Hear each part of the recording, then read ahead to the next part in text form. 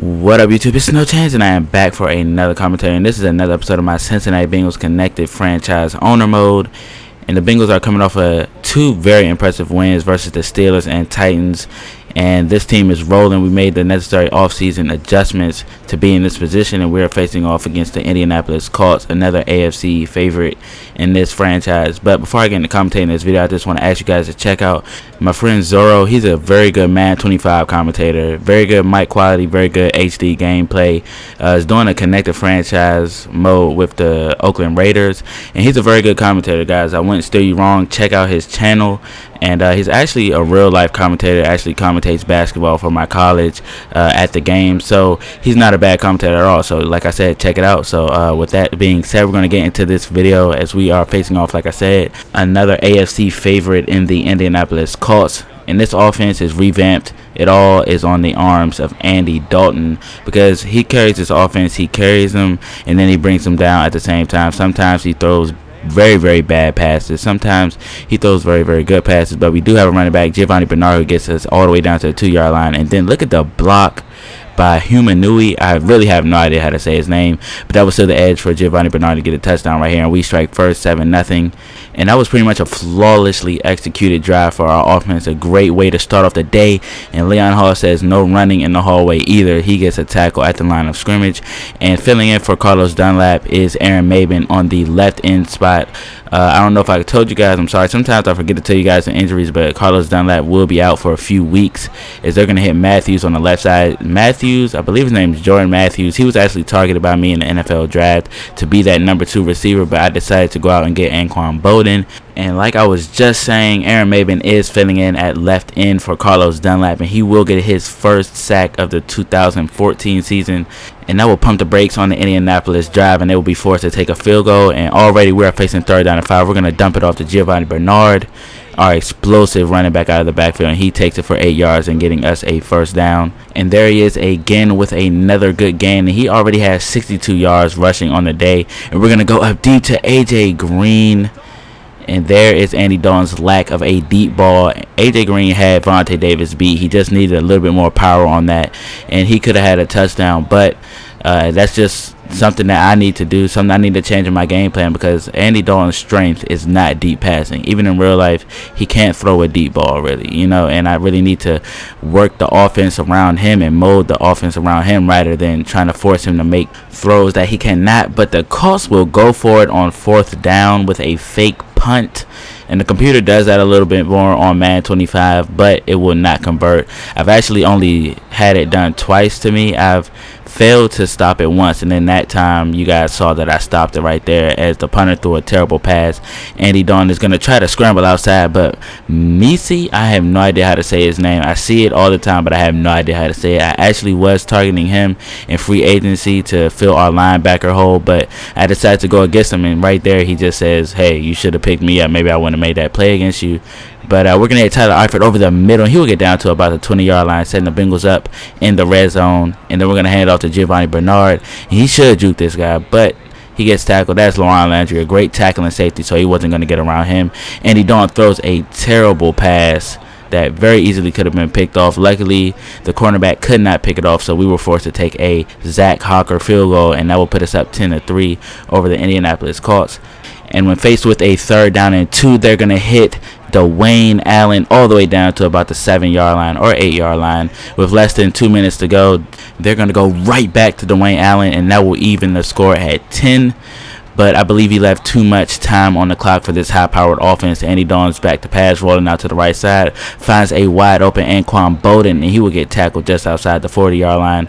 And on 1st and 10, we're going to find A.J. Green beating Vontae Davis over the jam. And you cannot jam A.J. Green, and he shows you why right there. He takes it into the end zone, and that will put the Bengals up 17-10 going into halftime. And they will receive the kickoff, but they will be forced to punt it after a 3-and-out. So Bernard Reedy, Our rookie wide receiver makes a mistake. Luckily, nobody's there. He's going to try to make something out of this return. He cuts it back to the right, cuts it back out to the left side, and gets a few yards after muffing the punt, but that's not something we want to see out of him consistently. We're going to try the read option. We do this pretty much just once a game, and Andy Dalton, surprisingly, has had a lot of success running the read option. And then we're going to hit Anquan Boldin on a screen, and he will take it for a gain of 8.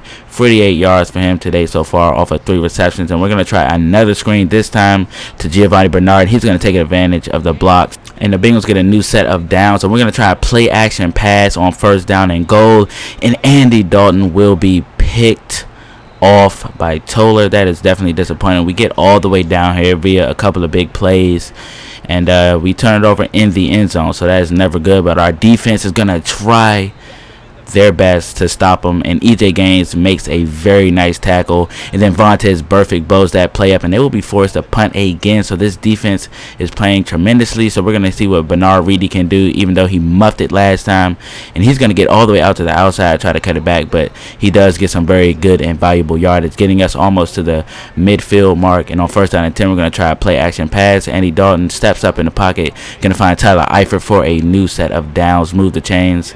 And so now the Bengals are set up from the 5-yard line, 1st and goal. Last time Andy Dalton threw an interception in this situation, but this time he will be sacked instead. And on 3rd down and goal, we're going to hit Eric Decker over the middle, who had a very nice touchdown in last week's game, and he will be stopped. So we will settle for yet another Zach Hawker field goal, and very bad accuracy or timing miscommunication by Andrew Luck in the receiver.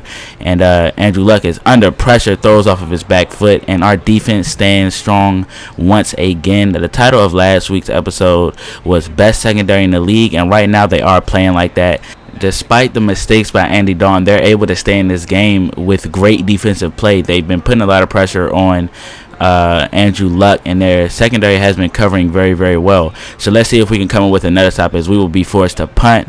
Andrew Luck is going deep, one-on-one coverage, but the QB pains while EJ Gaines, and he will catch another interception right there. That is his 2nd interception in the 2nd game straight. So it's looking like we took a chance on this guy in the 1st round, even though he was only projected to go in the 2nd round, and it is turning out tremendously. He makes great plays tackling, great plays on the ball, and you cannot think that you have a favorable matchup with any wide receiver going downfield with him. But I know it's early, but going downfield, speaking of that, Andy Dalton will be picked off by Toller once again. I want to say his name is Greg Toller, but I'm not exactly sure.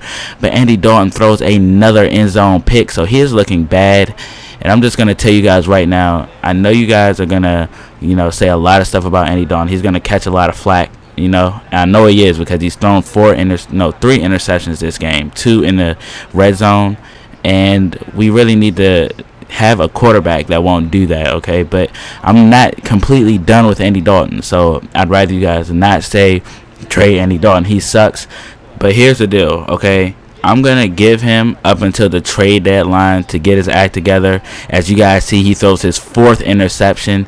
But if you can take away any positive from these interceptions, they're all on the opponent's side of the field. It's equivalent to a punt almost. You know what I'm saying? And speaking of interceptions, our playmaking safety, Sean Williams, who has had a quiet season thus far, catches an interception. And that will be our 2nd interception on Andrew Luck, if I'm not mistaken.